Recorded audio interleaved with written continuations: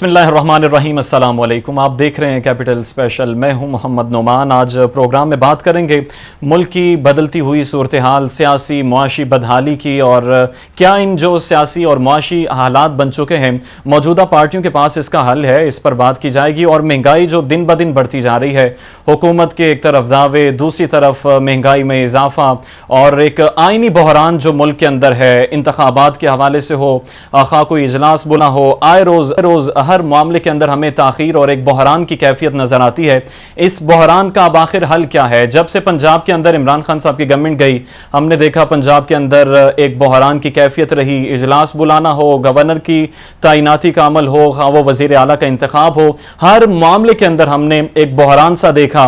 और फिर जब वफाक के अंदर भी पीटीआई की गवर्नमेंट जाती है, उसके बाद एक और बहरान आ जाता है। फिर पंजाब की असम्बलियाँ और खैबर पख्तूनख्वा के अंदर जो इंतखाबात की एक बात चल पड़ती है, पीटीआई ये दावे करती है कि इन हालात का अब हल ये है कि असम्बलियाँ तोड़ी जाएं और फिर इलेक्शन की जानिब बढ़ा जाए। इलेक्शन इस मुल्क में मौजूदा बहरान का, सियासी हो मुआशी हो, इनका हल अब इलेक्शन है। क्या इलेक्शन हल हैं मौजूदा हालात के जो इस टाइम मुल्क के बन चुके हैं? इमरान खान के दावे, उनकी मकबूलियत किसी से ढकी छुपी नहीं है, लेकिन दूसरी तरफ क्या इमरान खान साहब की अगर गवर्नमेंट आती है तो इन हालात पर काबू पा सकेंगे? और मौजूदा जो हालात इस टाइम बन चुके हैं, अब ये हालात किस तरफ जाएंगे? जो मौजूदा सिचुएशन है, इसका अब हल क्या है? हल क्या हो सकता है? पंजाब के अंदर इंतखाबात के हवाले से सदर की जानिब से हिदायत दी गई थी कि इंतखाबात करवाए जाएं, इलेक्शन कमीशन ने फिर उसे डिले कर दिया। अब खैबर पख्तूनख्वा से गवर्नर की जानिब से यह एलामिया जारी किया गया है कि 8 अक्टूबर को खैबर पख्तूनख्वा में इजलास इंतखाबात करवाए जाएंगे। इंतखाबात ताख़ीर से कराने की वजह यह बताई जाती है कि दहशत गर्दी के वाक़यात सामने आ रहे हैं। इस दहशत गर्दी के हालात को देखते हुए इलेक्शन में ताख़ीर हम चाहते हैं, और मुआशी लिहाज से भी मुल्क में इस टाइम जो हालात बन चुके हैं, ये भी एक जवाज़ पेश किया जाता है इलेक्शन में ताख़ीर का। तो अब क्या इन हालात का आखिर हल क्या हो सकता है, और मुल्क की हालात अब मज़ीद किस तरफ जाएंगे? और जो इस टाइम सिचुएशन बन चुकी है, इस सिचुएशन से अब कैसे निकला जा सकता है? सीनियर तज्ज़ियाकार सितार खान साथ स्टूडियो में मौजूद होंगे, उनसे भी बात करेंगे और मौजूदा हालात का उनसे हल जानेंगे कि अब सिचुएशन का हल क्या है और मज़ीद अब हालात किस तरफ बढ़ेंगे। माहिर कानून वकास अब्रेज़ भी हमें ज्वाइन कर चुके हैं, उनको भी प्रोग्राम में खुशामदीद कहते हैं, और उनसे कानूनी राय भी ली जाएगी कि अब हालात का कानूनी लिहाज से हल क्या हो सकता है। सितार खान साहब की जाने पहले बढ़ेंगे। सर, मौजूदा सिचुएशन आपके सामने है, बहरान है, आइनी हो, सियासी हो, इसका अब आप हल क्या समझते हैं? और इंतखाबात की आज तारीख दी गई है 8 अक्टूबर खैबर पख्तूनख्वा की, तो आप किस तरह देखते हैं मौजूदा सिचुएशन को? अब हल की जहाँ तक बात है, तो ये माहौल, ये जो कुछ भी बना है, बन के सामने आया, उसका मैं ज़िम्मेदार नहीं हूँ जो मुझसे हल पूछा जाए। सियासतदान जो होता है, किसी भी जगह का सियासतदान जब नाकाम हो रहा होता है, चाहे वो हुकूमत में हो चाहे अपोजिशन में हो, नाकाम सियासतदान की वजह से ये सारे के सारे हालात उस सूरत में होते हैं जिस सूरत में वो हमारे सामने आ चुके हुए हैं। हुकूमत में जो जमातें हैं वो भी, और जो अपोजिशन में जमात है वो भी, दोनों का अपनी अपनी जगह पर जो हिस्सा है, जो शेयर है, इस सारी जिम्मेदारी में दोनों का शेयर है। दोनों अतराफ से ताबड़तोड़ किस्म के हमले किए जाते हैं कि वो कामयाब हो जाएं, मुल्क चाहे नाकाम हो जाए। अब दोनों तरफ से जब ये सूरत हाल बन जाए, ये अमूमी तौर पर हमारे यहाँ पे सूरत हाल में ये होता है कि ऐसे लगता है जैसे अपोजिशन में आना एक जुर्म है या गुनाह है, या कोई एक ऐसी सूरत हाल है जिसमें जैसे लगता है क्योंकि बददुआ की सूरत नहीं बनती कि बददुआ लग गई तो वो अपोजिशन में आ गए। अब पूरी दुनिया में जहाँ जहाँ सियासत और जमहूरियत पनपी है और आगे गई है, वहाँ पे ये सूरत हाल रही है कि अपोजिशन में भी रहते हुए अपनी साख बहाल रखनी, हुकूमत में भी रहते हुए अपनी साख बहाल करनी। पाकिस्तान में ऐसा हमने नहीं देखा। पाकिस्तान में हुकूमत में आके भी आप अपनी साख नहीं बहाल कर सकते, अपोजिशन में भी जाके साख नहीं बहाल कर सकते। आप जब हुकूमत में होते हैं तो आपका जो मुखालफ जो अपोजिशन में बैठा होता है वो आपको जालिम के तौर पे पोर्ट्रे करता है, और जब वही जालिम जब हुकूमत में होता है, जब अपोजिशन में आता है तो वो मजलूम बन जाता है, और फिर अपोजिशन वाला जब हुकूमत में जाता है तो जालिम बन जाता है।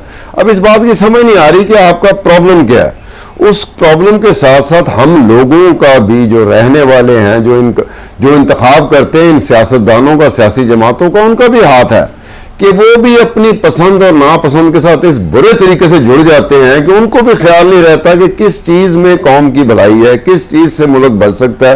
वो अपनी पसंद और नापसंद के साथ ऐसे चिपक जाते हैं कि वो उसमें भी यही होता है कि जो जाके जिस जगह पर जाकर आपकी सूझबूझ मुतासर हो रही हो, ये अपनी कौम जो हमारे लोग हैं अपनी सूझबूझ को मुतासर कर देते हैं अपनी पसंद और नापसंद के चक्कर में।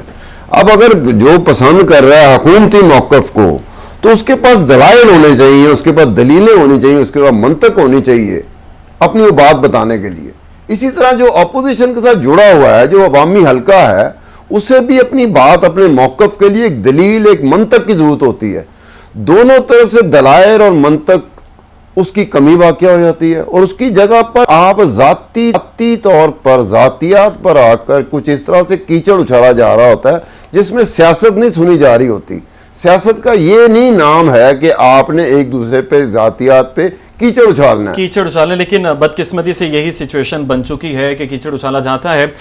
माहिर कानून वकास अब्रेज भी हमारे साथ मौजूद हैं, उनसे कानूनी राय लेंगे। वकास साहब, मौजूदा सिचुएशन आपके सामने है, सुप्रीम कोर्ट का फैसला भी आपके सामने है और दूसरी तरफ इलेक्शन से मौजूदा गवर्नमेंट का भागना और जो जवाब पेश किया जाता है, इस जवाब को मद्देनजर रखते हुए पीटीआई ये समझती है कि हम सुप्रीम कोर्ट में जाएंगे और वहां पर तौहीन अदालत की कार्रवाई इनके खिलाफ होगी। आप किस तरह देखते हैं इन फैसलों को? देखिए, सुप्रीम कोर्ट पाकिस्तान की सबसे आला अदालत है और सुप्रीम कोर्ट का जो फैसला था डेट वाज वेरी क्लिस्टर इन दिस रिगार्ड कि जिसमें कहा गया था प्रेसिडेंट जो है वो इलेक्शन कमीशन से मुशावरत करके डेट अनाउंस करेंगे so far as Punjab is concern. और जहां तक केपीके का ताल्लुक था तो वहां पे जो गवर्नर केपीके ने डेट अनाउंस करनी, बट वेरी अनफॉर्चुनेट कि सुप्रीम कोर्ट के ऑर्डर को जिस तरह एक जुम्बिश कलम मुस्तरद कर दिया गया और जिस तरह इन्होंने ये एलामिया जारी कर दिया कि 8 अक्टूबर को इंतखाबात होंगे, तो मैं ये समझता हूँ अगर पाकिस्तान की सबसे सुप्रीम जुडिशरी के सबसे सुप्रीम जो जजेस का फैसला भी इस तरीके से आप पारा या पास करेंगे, आइन को मोल्ड करेंगे, फोल्ड करेंगे, टिंट करेंगे और किसी तरीके से अपनी मर्जी का मंसूर, दस्तूर और एजेंडा नाफिज करने की कोशिश करेंगे, this is something against the spirit of the constitution of the state. आपका एक आइन मौजूद है, 1973 से मौजूद है। बार हमने देखा कि आइन के साथ हमारे सियासी हल्के जो अपनी मर्जी की जो है वो खिलवाड़ करने की कोशिश करते हैं, बट सो फार है सिचुएशन इंटायरली डिफरेंट। पाकिस्तान के अंदर जिस तरह मीडिया ने अवाम को शऊर दिया है, एक फहम दिया, एक दनाई और हिकमत बख्शी है, इसके बावजूद भी अगर मौजूदा दौर के अंदर इस तरह आइन को तोड़ा जाता है, सबोताज किया जाता है या मुअत्तल किया जाता है और अपनी मर्जी के फैसले करने की कोशिश की जाती है, तो मेरे ख्याल में फिर तो आइन को नाफिज करने की जरूरत ही कोई नहीं थी।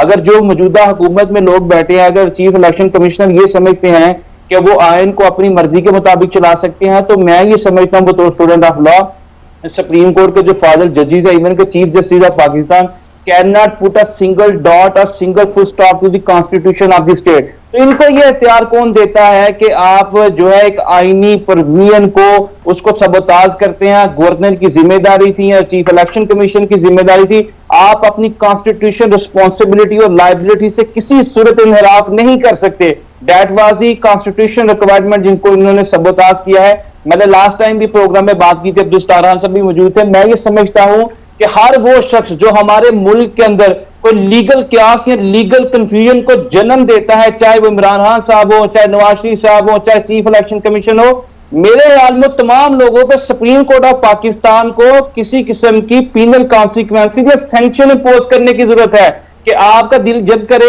आप इस आयन को जो है वक्ती तौर पर सस्पेंड कर दें और अपनी मर्जी का मंशूर जो है वो नाफिज करने की कोशिश करें, अपनी मर्जी का कानून नाफिज करने की कोशिश करें। जो हमारे पास इस वक्त तहरीरी तौर पर आयन मौजूद था, हमें उसी के मुताबिक चलना था, उसकी एक रिक्वायरमेंट थी। आप अवाम के मैंडेट की इस तरीके से तौहीन नहीं कर सकते। अगर असेंबलियां डिसॉल्व हुई थी विद इन प्रिस्क्राइब टाइम, इंतखाबात होने थे। अब जरूरत इस चीज की आ गई है, इस बात की बहस हो गई है, डिबेट होगी, क्या हमारे यहां इलेक्शन के लिए हालात मौजू है या नहीं है। This is not the debate of the day. Election commission ने वो तमाम इंतजाम इंतजाम करने थे और किसी भी सूबे के केयर टेकर चीफ मिनिस्टर को यह बात वैसे ही जेब नहीं देती कि आप खुद आके इस तरह के कोई ऐलान कर दें। हालांकि मैं ये समझता हूं कि अवाम की जो मैंडेट है, जो इनकी विश एंड विल का इजहार किया जाता है डेमोक्रेसी में, इनके वोट के थ्रू किया जाता है। और अगर आप जो केयर टेकर सेटअप को जिसकी आयन के अंदर गुंजाइश ही मौजूद नहीं है कि आप इतना लंबा प्रोलॉन्ग करें, लिंगर ऑन करें, तो ये सारी की सारी चीजें मेरे ख्याल में आयन के अल्ट्रा वायर है, आयन के रिबकनेंट है। and this is something which is null and void so far as the constitution of state is concerned. और वकास साहब ये भी बताइएगा, जिस तरह आपने बात की आइन और कानून के लिहाज से, मुल्क के अंदर हमारे मुमलिकत खुदादाद पाकिस्तान में आइन के साथ जो होता रहा और जो हो रहा है ये तो अब ढका छुपा नहीं है। तो अब जो जवाब पेश किया जा रहा है हुकूमत की जानिब से और ये कहा जा रहा है कि थ्रेट्स हैं, पिछले दिनों खैबर पख्तूनख्वा के आज गवर्नर ने भी ये जिक्र किया कि एक ब्रिगेडियर साहब की शहादत हो चुकी है, सिपाहियों की शहादत हुई है। ये जवाब पेश करना और दूसरी तरफ माशी सूरत हाल भी जो इस टाइम बनी है, ये जवाब पेश करके तौहीन सुप्रीम कोर्ट से ये बच सकते हैं, तौहीन आइन से?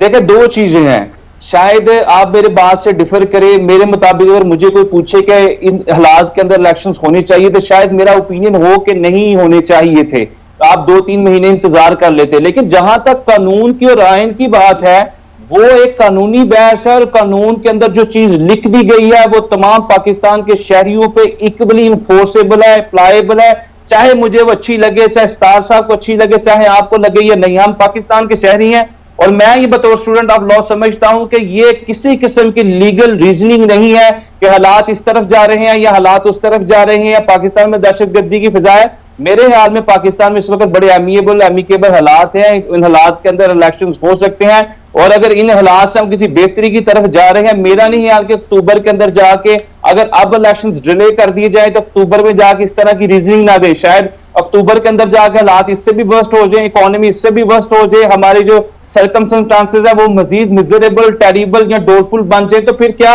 हम फिर इलेक्शंस को डिले करेंगे? जो 5 साल की आईनी रिक्वायरमेंट है जनरल इंतखाबात की, क्या हम उसको भी सबोताज करेंगे? तो बतौर स्टूडेंट ऑफ लॉ मैं समझता हूं कि ये तमाम के तमाम हरबे इस्तेमाल करके या रीजनिंग तजरियात देकर आप कभी भी सुप्रीम कोर्ट के किसी भी ऑर्डर की या हुक्म की वायलेशन नहीं कर सकते, कंडक्ट नहीं कर सके। सुप्रीम कोर्ट पाकिस्तान की सबसे बड़ी अदालत है और अगर सुप्रीम कोर्ट ने जिस तरह सो मोटो एक्शन लिया था उसके बाद अगर अपने ऑर्डर को कंप्लाई नहीं करवाना, इन्फोर्स नहीं करवाना, तो मैं ये समझता हूं कि फिर सुप्रीम कोर्ट जो रियासत की सबसे बड़ी अदालत भी है, स्टेट की रिट भी समझी जाती है, फिर इससे शायद स्टेट की जो रिट है वो कमजोर होगी। स्टेट की रिट जो है वो सिर्फ हुकूमत ही इन्फोर्स नहीं करती बल्कि स्टेट के जो अदारे हैं that also tends amount to the writ of the state। और इतनी बड़ी अदालत के आगे हुक्म को आप रद्दी की टोकरी की नजर करते हैं और अपनी मर्जी के फैसले जो है वो सादिर करने की कोशिश करते हैं, तो मेरे ख्याल में फिर आप अदालतें बंद कर दें, फिर आप जो जजेस के लेना बड़ा अच्छा वकास, बड़ा अच्छा नुक्ता आपने उठाया कि जो जवाब अभी पेश किया जा रहा है कि मुआशी हालात खराब हैं, सिक्योरिटी थ्रेट हैं, तो हम इलेक्शन नहीं करवा सकते। तो क्या गारंटी है कि अक्टूबर तक हालात बेहतर हो जाएंगे मुआशी लिहाज से भी और सिक्योरिटी के हवाले से भी? सितार खान साहब, आपने सारी गुफ्तगू भी उनकी सुनी है और दूसरे हालात भी आपके सामने है, उनके ये कहने ये कोई लीगल रीजंस नहीं है, तो आपको लगता है कि अब ये हुकूमत, मौजूदा हुकूमत सुप्रीम कोर्ट में तौहीन की मुर्तकिब हो सकती है और आइन को इन्होंने पामाल किया है, रोंदा है?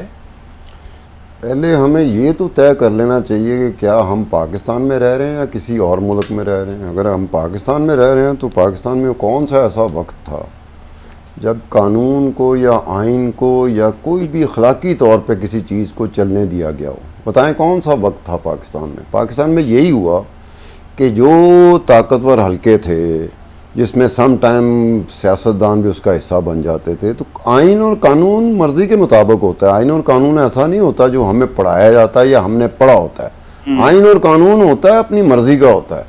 जब ये केयर टेकर का जिक्र किया ब्रेज ने, तो केयर टेकर की गुंजाइश पूरी दुनिया में पाकिस्तान और बदकिस्मत ममालिक में आता है जिसमें केयर टेकर सेटअप होता है। केयर टेकर सेटअप का पूरी दुनिया में मजाक उड़ाया जाता है। केयर टेकर सेटअप एक ऐसा सेटअप है कि जिसके ऊपर आपको पता ही नहीं कि आप कितना सियासी तौर पर, जमहूरी तौर पर सबसे कमज़ोर तरीन जो अलामत होती है वो केयर टेकर सेटअप का होता है। केयर टेकर सेटअप वो दुनिया ये कहती है कि जिसके पास 5 साल का मैंडेट होता है, इलेक्शन भी उसी ने करवाने होते हैं। इलेक्शन भी वही हुकूमत कराती है, वही सियासी जमात जिसकी हुकूमत होती है वो इलेक्शन वही कराती है और वो इलेक्शन हार भी जाती है। ये वाहिद मुल्क है या इसकी तरह के 2-4 ममालिक होंगे पूरी दुनिया में जहाँ केयर टेकर सेटअप आता है। अब ये केयर टेकर सेटअप की बीमारी बड़ी पुरानी हमें लग गई हुई है, हमें लगा दी गई है और हमें इस तरह कह के लगाएगी जैसे बहुत अच्छी चीज़ है, हालांकि बहुत अच्छी चीज़ नहीं है।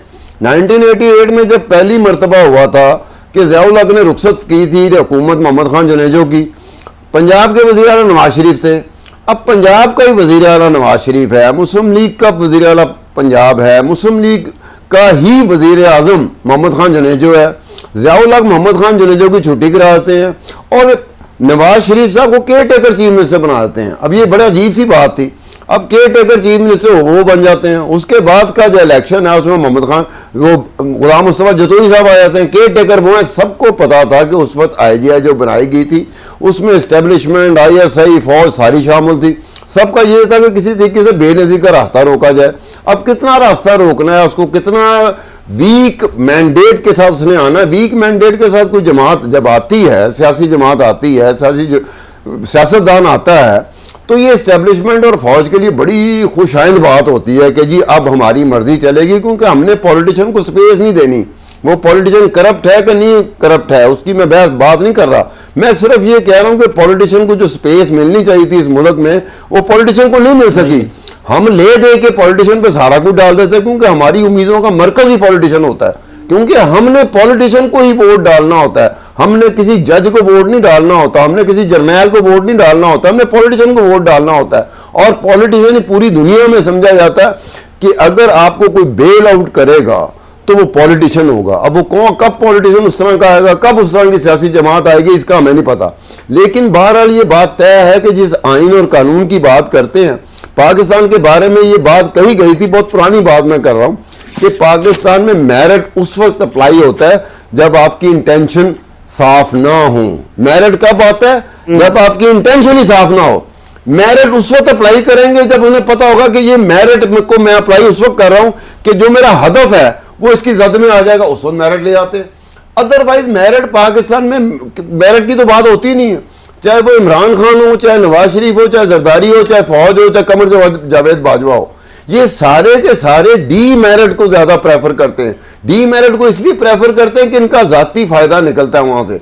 कौम और लोग जो हैं वो तो बिखरे हुए लोग हैं, आधे लोग हैं जो PDM की तरफ झुके हुए हैं, आधे लोग हैं इमरान खान की तरफ झुके हुए हैं। अब ये जो झुके हुए लोग हैं, जिस दिन ये खड़े हो गए, जिस दिन इनको पता चल गया कि यार हम अपनी पसंद और नापसंद में मेरिट की ऐसी तैसी फेर देते हैं, फिर ना नवाज शरीफ आ सकेगा, ना जरदारी आ सकेगा, ना इमरान खान आ सकेगा, ना कमर जावेद बाजवा कभी फौज का इस तरह का सरबराह कोई बन सकेगा।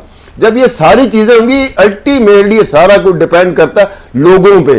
लोगों को इस बात का पता ही नहीं, लोग भी गाली गलोच में उसी तरह उलझ जाते हैं जिस तरह सियासतदान उसे उलझा देता है। तो जिस दिन लोगों को पता चल जाए कि यार एक्चुअली पब्लिक प्रेशर किसको कहते हैं, पूरी दुनिया में पब्लिक प्रेशर कहते हैं कि ultimate pressure is public pressure. Public pressure के सामने मीडिया प्रेशर भी नहीं खड़ा हो सकता। जिस दिन पब्लिक प्रेशर आता है, मीडिया भी ऐसे करके सर झुका लेता है, उसे पता होता है कि पब्लिक प्रेशर के सामने नहीं खड़ा हुआ जाएगा। लेकिन बदकिस्मती हमारी, पब्लिक प्रेशर आज तक पाकिस्तान में थोड़े थोड़े अरसे के लिए उभरा जरूर है, लेकिन पब्लिक प्रेशर जो है वो रेगुलर फीचर नहीं बन सका पाकिस्तान में।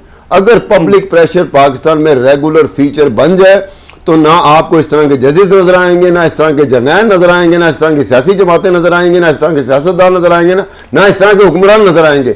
लेकिन जब तक लोगों ने अपने आप को मोल्ड ना किया, जब तक लोगों ने अपने आप को उस तरह से ना किया, उस वक्त तक आप किसी किस्म की कोई उम्मीद लगा के ना रखें। आज नारेबाजी हो रही है इमरान के हक में, कल कोई इमरान आ जाएगा तो फिर किसी और के बारे में नारेबाजी हो रही होगी, और जब वो जाएगा कोई और आ जाएगा तो उसके हक में नारेबाजी हो रही होगी। ये अजीब सा कौम का मिजाज रहता है। और ये जो पब्लिक पावर की आप बात कर रहे हैं कि पब्लिक पावर के बगैर ये हालात बेहतरी की तरफ नहीं जा सकते, तो अभी इट इज पब्लिक प्रेशर। और ये जो प्रेशर है, आप क्या समझते हैं अभी जो हालात बन चुके हैं इमरान खान साहब के साथ, जिस तरह आवाम निकल रही है, तो आपको लगता है ये उसकी एक झलक हो सकती है? नहीं, ये पब्लिक प्रेशर इसको नहीं कहते। पब्लिक प्रेशर में होता है कि उनका टारगेट, उनका हदफ इस तरह से नहीं होता जिस तरह इमरान की सपोर्ट में निकलने वाला वो तो कहते हैं हदफ ये इस तरह से नहीं होता। सियासी तकसीम, पब्लिक प्रेशर में कभी भी सियासी तकसीम आपको इस तरह से नजर नहीं आएगी, पोलराइजेशन कभी नजर नहीं आएगी। Public pressure is entirely different. आप देखें उसको कि पब्लिक प्रेशर वो चीज है जिसने बड़े से बड़ा, जिसको कहते हैं ना अपने वक्त का पता नहीं क्या चीज था। अब बहुत सारे ममालिक के, बहुत सारे डिक्टेटर्स की मिसाल दी जा सकती है कि जहां पब्लिक प्रेशर आया, उस पब्लिक प्रेशर में सियासी तकसीम नहीं थी, उस पब्लिक प्रेशर में कोई पोलराइजेशन नहीं थी, वो पब्लिक प्रेशर था। उस पब्लिक प्रेशर के सामने बड़े से बड़ा डिक्टेटर अल्टीमेटली उसने घुटने टेके, टाइम लगता है, ये टाइम स्पैन प्रोसेस है, ये कोई हफ्तों का प्रोसेस नहीं है, ये कुछ महीनों का प्रोसेस नहीं है, कई दफ़ा सालों साल लग जाते हैं। हमारी कौम, हमारे लोग इतने बेचैन हैं कि एक हफ्ते में चाहते हैं कि सब काम हो जाए, एक 1.5 महीने में काम हो जाए। इस तरह से काम नहीं होता, एक लंबा अरसा चाहिए होता है, एक स्ट्रगल होती है, और वाकई उसको स्ट्रगल कहते हैं। स्ट्रगल ये नहीं होती कि मैंने हुकूमत वापस लेनी है, स्ट्रगल ये नहीं होती कि मैंने हुकूमत में रहना है, इसको स्ट्रगल नहीं कहते। स्ट्रगल एक और चीज़ का नाम होता है। जिस दिन लोगों को उस स्ट्रगल की समझ आ गई, उस सूझबूझ की समझ आ गई, तो दुनिया में बड़े बड़े लोग अपनी जगह पे बैठे हुए थे, जो समझ रहे थे कि शायद उनको कोई ना हिला सके, उनको फौज नहीं हिला सकी, उनको इस्टेब्लिशमेंट नहीं हिला सकी, लेकिन पब्लिक प्रेशर ने उनको हिला दिया था। चलिए, सारी सिचुएशन और अब देखना यह है कि अब इन हल क्या हो सकता है और इलेक्शन क्या मौजूदा हालात का हल है, और सियासी तौर पर बहरान इस टाइम मुल्क में चल रहा है, मुआशी बहरान, इसका हल क्या इलेक्शन हो सकते हैं, और जो आईनी बहरान है इसका अब हल क्या है और इसकी वजह क्या है, ये आपको बताएंगे इस ब्रेक के बाद। Stay with us.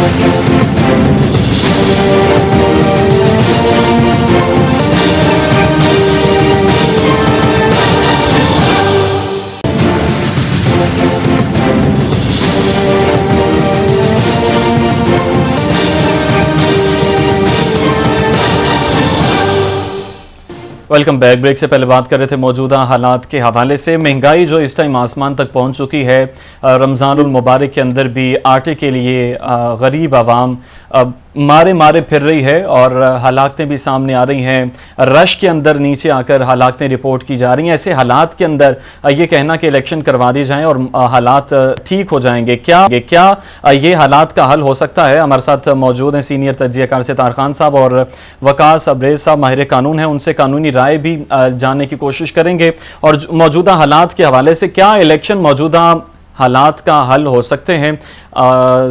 Senior तज्ज़ियाकार Abdul Sattar साहब हमारे साथ हैं। सत्तार साहब, क्या लगता है जो दावे इस टाइम हुकूमत की अपोजिशन जमात जानिब पाकिस्तान तहरीक इंसाफ की जानिब से जो किए जा रहे हैं कि इंतखाबात करवा दिए जाएं, हालात बेहतर हो जाएंगे, महंगाई कम हो जाएगी, हम आएंगे तो हालात काबू में आ जाएंगे, क्या लगता है आपको कि हालात बेहतर हो जाएंगे? आपका सियासी और तज्ज़िया इस पर क्या कहता है? यार, अगर अब्रेज बेचारे से पूछ लिया जाता, वो भी बैठा हुआ है, पहले मैं काफ़ी बोल चुका हूं, तो आप अगर उनसे पूछ लें, उनसे बात चले उनसे कानूनी तौर पर राय इस टाइम जानते हैं। आईनी बहरान जो इस टाइम है, वकास साहब, क्या लगता है जो बहरान इस टाइम है पाकिस्तान तहरीक इंसाफ की गवर्नमेंट जाने के बाद? पंजाब में हमने देखा वज़ीर आला के इंतखाब का मामला हो, गवर्नर का हो और इजलास भी खा बुलाना हो, उसमें हमने एक बहरान देखा। इस बहरान का आप हल क्या समझते हैं और इसकी वजह क्या है? वजह पहले बताइएगा, इसकी वजह क्या हो सकती है जो बहरान है आईनी तौर पर?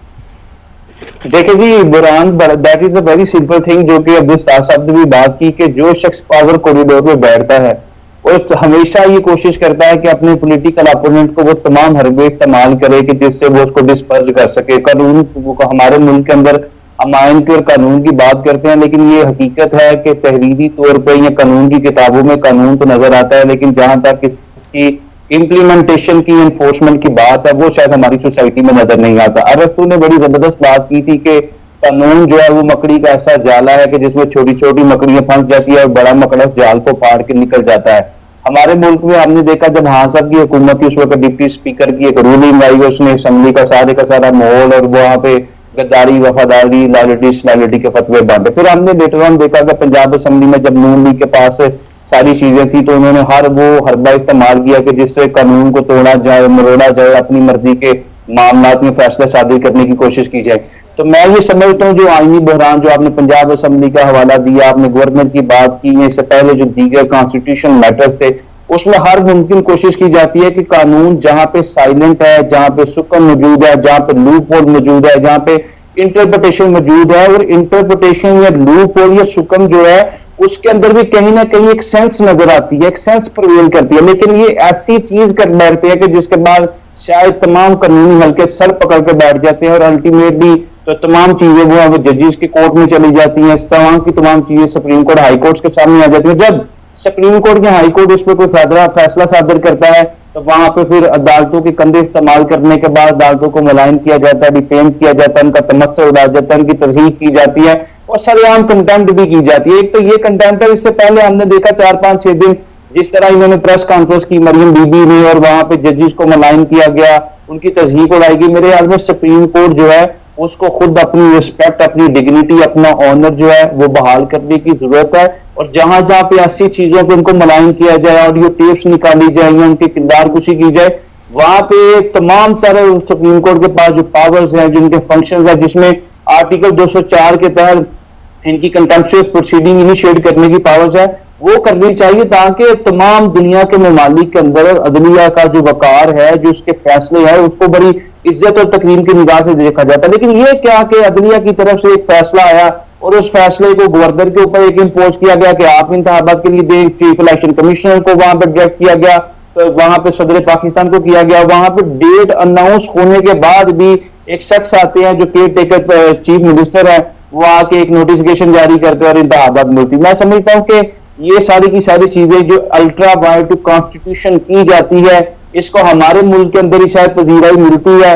दुनिया के जितने भी महजब जमहूरी माशरे हैं, वहां पर इन चीजों की कोई गुंजाइश नहीं। लास्ट में एक एग्जाम्पल जरूर दूंगा कि डाइसी से कहा गया था कि जो यूके का कॉन्स्टिट्यूशन है वो गैर तहरीरी है, आप कैसे अपने मुल्क के अंदर जो है आईनी रवायात को फॉलो करते हैं। तो उसने कहा था कि हमें किसी गैर तहरीरी या तहरीरी आयन की जरूरत ही नहीं है। तो उससे पूछा गया तो आपका आयन कहां पे मौजूद है, उसने कहा it has written on the hearts of people, ये लोगों के दिलों पे लिखा है, मॉरली, एथिकली, पॉलिटिकली इतने स्ट्रांग लोग हैं कि हम एक दूसरे के राइट्स का हकूक अदा से याद रखते हैं। लेकिन हमारे मुल्क के इसके बरक्स जो है तहरीरी आयन भी मौजूद है, दस्तूर भी मौजूद है, और तमाम तर लॉ होने के बावजूद भी जहां से सबसे ज्यादा हमें टीचिंग, प्रीचिंग और हमारी ट्रेनिंग होनी चाहिए थी, वो हल्के खुद कानून को मेरे हाल में इस तरीके से तोड़ते हैं और आयन को सस्पेंड करने से पहले एक लम्हे के लिए तफक्कुर, तदब्बुर, तहम्मुल, तवाज़ुन नहीं करते कि इंटीरियरली तो छोड़ो, एक्सटीरियरली और इंटरनेशनली पाकिस्तान की कौन सी पिक्चर आप लोग पोर्ट्रेट कर रहे हैं बतौर पार्लियामेंटेरियन।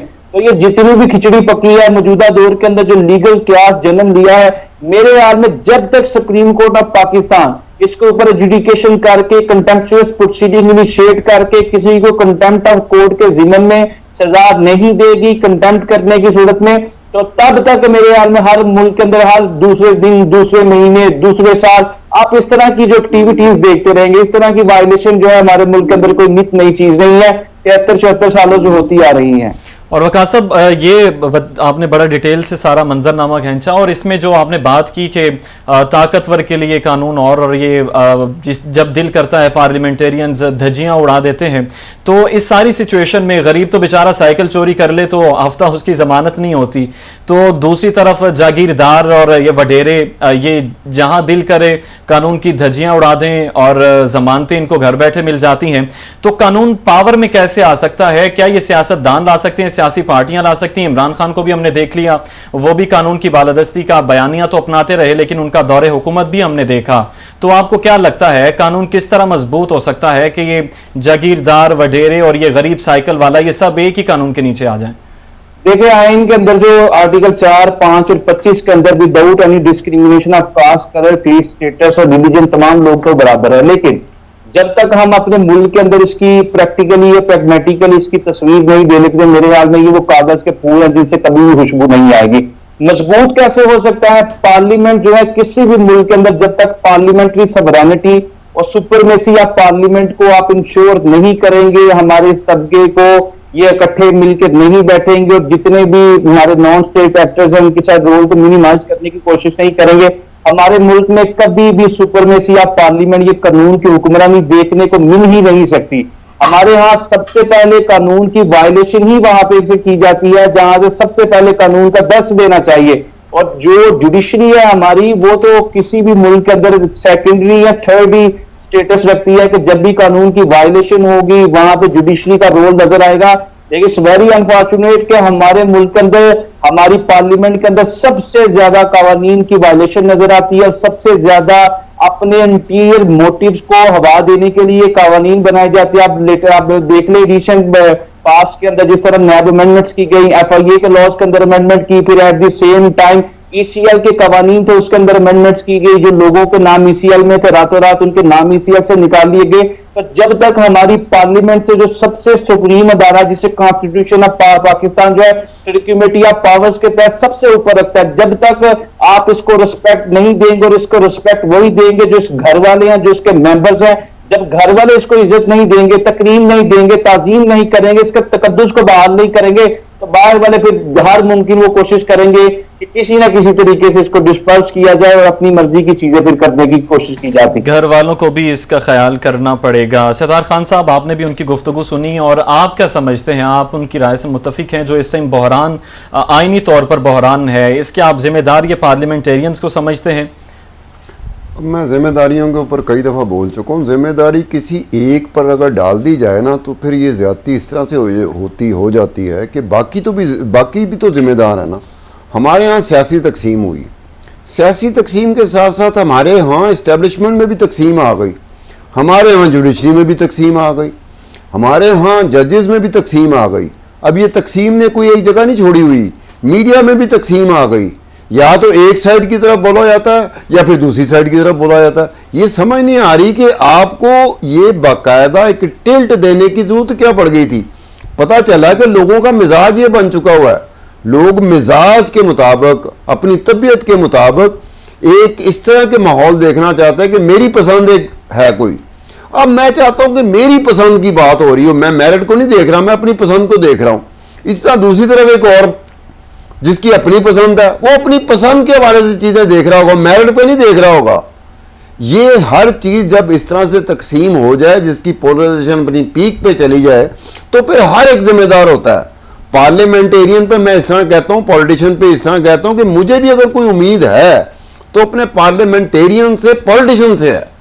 मुझे किसी जज से उम्मीद नहीं है, मुझे किसी जर्नैल से उम्मीद नहीं है, मुझे किसी इस्टेब्लिशमेंट से उम्मीद नहीं है। मुझे भी उम्मीद है तो पार्लियामेंटेरियन से, पॉलिटिशियन से उम्मीद है कि उसका मेरा राब्ता रहता है, वो मेरे पास वोट मांगने आता है, मुझे कन्विंस करता है, मुझे बताता है कि वो क्या करेगा। मैं कन्विंस हो जाता हूं, मैं उसको वोट दे देता हूं।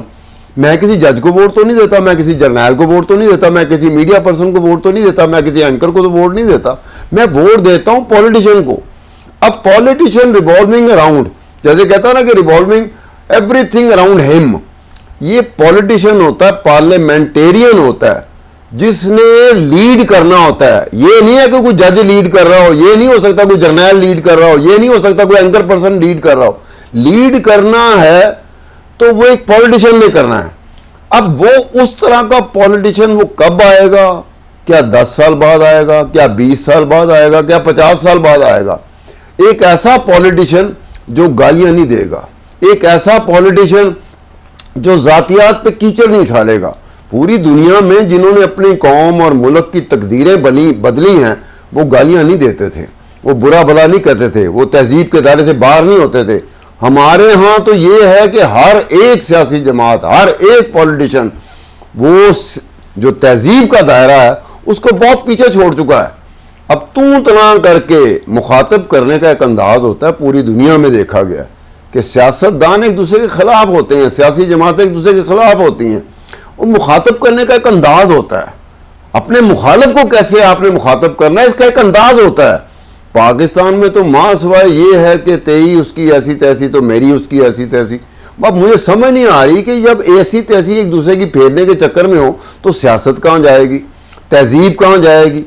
जो रवायात बनती हैं, जो वैल्यूज बनती हैं, वो एक अच्छे कॉन्डक्ट से बनती हैं। जुबानी कलामी नहीं बनती कि मैं आके कहूं कि मैं इस मुल्क की तकदीर बदल दूंगा अगर आप मेरा इंतखाब करेंगे, और मैं उसको नहीं छोड़ूंगा तो मैं उसको नहीं छोड़ूंगा। ये कहाँ लिखा हुआ है? किस मुल्क की तारीख में ये बात है? लास्ट पर सितार साहब ये बताइएगा, प्रोग्राम का चूंकि वक्त मोहरत, तो लास्ट पर ये बताइएगा, मौजूदा हालात का हल इन सियासी पार्टियों के पास है, खा वो पीटीआई हो, नून लीग हो, पीपल्स पार्टी हो, इनके पास हल है ये मौजूदा बहरानों के हल का? नहीं, इसमें तो कोई ऐसे मखलूक उतरे जिसको एलियंस कहा जाता है, जो हमने भी ना देखा हो, वो एलियंस उतरे हैं। वो 10 हो, 20 हो, 25 हो, 30 हो, 50 हो, 100, जिनका यहाँ कोई रिश्तेदार ना हो, कोई माँ बहन ना हो, कोई बहन भाई ना हो, कोई दोस्त यार ना हो, कोई उसके वेस्टेड इंटरेस्ट ना हो, वो आके यहाँ बैठे। अब अगर आप कहेंगे कि जिन सियासी जमातों के दरमियान हम लोग घिरे हुए हैं या कौम घिरी हुई है, लोग बटे हुए हैं, इनमें से आप चाहे पीडीएम की तरफ देख लें चाहे पीटीआई की तरफ देख लें, ये नहीं है वो लोग, ये हल नहीं है जो मुतहद रख सकें। वकास साहब, आप क्या समझते हैं कि इनके पास हल है मौजूदा पार्टियों के पास? देखिए, जो स्टार साहब ने बात की ही absolutely hit the nail on the head. जब आपके जाती मफादात चीजों से जुड़े हैं और आपके स्टेक्स हैं, कंफ्लिक्ट ऑफ इंटरेस्ट है इन चीजों के साथ, तो शायद आप उस तरीके से परफॉर्म ना कर सके। और जो मौजूदा हालात जिस खराबी की तरफ चले गए हैं, शायद इसी वजह से चले गए हैं कि कायद आजम के बाद में चंद एक लीडरान जो कि पाकिस्तान के साथ बहुत ज्यादा महबूब वतन थे और कि पाकिस्तान को वाकई सर्व करना चाहते हैं, अवाम को सर्व करना चाहते थे। इसके बाद हमने जितने भी सियासतदान देखे, शायद वो अपने जाती मफादात की जंग सबसे पहले लड़ते थे और अवाम के मफादात की जंग शायद सबसे लॉस पे लड़ते थे, या उससे या उनका भी उनको वक्त ना मिला।